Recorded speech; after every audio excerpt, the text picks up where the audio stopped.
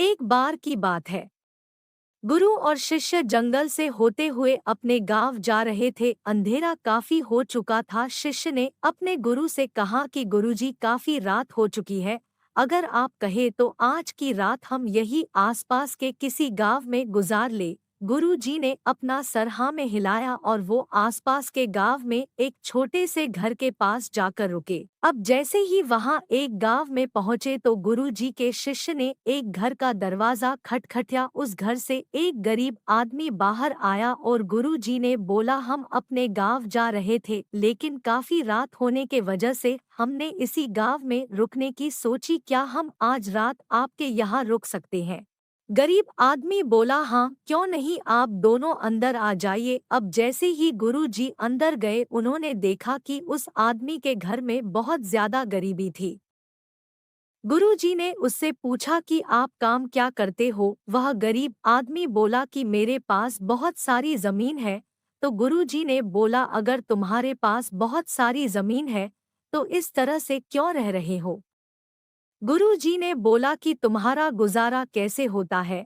उसने बोला कि मेरे पास एक भैंस है जिससे मेरा पूरा घर चलता है। ये सुनने के बाद गुरु जी सो जाते हैं और रात में जब सब लोग सो रहे होते हैं तब गुरु जी अपने शिष्य को उठाते हैं और उस गरीब आदमी की भैंस लेकर अपने गांव चले जाते हैं। शिष्य अपने गुरु से पूछता है कि गुरु जी, कहीं आप ये गलत तो नहीं कर रहे हैं? उस गरीब आदमी की रोजी रोटी इसी भैंस की वजह से चलती है। तो गुरु जी अपने शिष्य की तरफ देखते हैं और मुस्कुराते हुए आगे बढ़ जाते हैं। उस बात को तकरीबन 10 साल गुजर जाते हैं और जो गुरु का शिष्य था वह बहुत बड़ा गुरु बन चुका था। तो एक दिन उन्हें उस गरीब आदमी की याद आती है कि मेरे गुरु ने उस आदमी के साथ अच्छा नहीं किया था, मुझे एक बार चलकर देखना चाहिए कि वह आदमी अब किस परिस्थिति में है।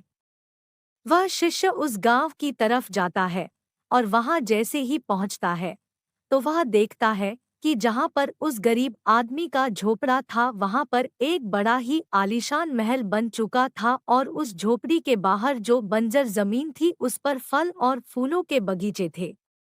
तभी उधर से उस घर का मालिक आता है। शिष्य उसे पहचान लेता है और उस आदमी को बोलता है, तुमने मुझे पहचाना? मैं अपने गुरु जी के साथ आया था, हमने एक रात के लिए आपके यहाँ रुके भी थे।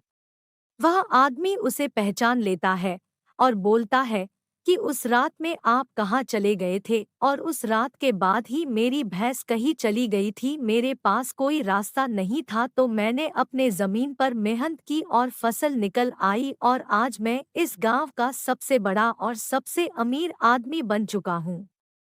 ये सुनने के बाद शिष्य के आंखों में आंसू आ गए और उसे ये बात अब समझ आई कि गुरुजी ने ऐसा क्यों किया। इस कहानी से हमें ये सीख मिलती है कि हमारे अंदर ऐसे बहुत से टैलेंट छुपे होते हैं, लेकिन हमें कोई ना कोई चीज रोक कर रखी है।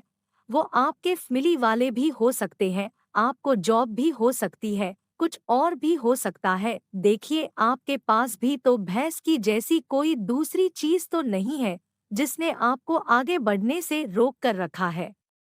आज की कहानी यही समाप्त होती है। मिलते हैं अगली कहानी में। कहानी पसंद आई तो तुरंत लाइक और सब्सक्राइब करें।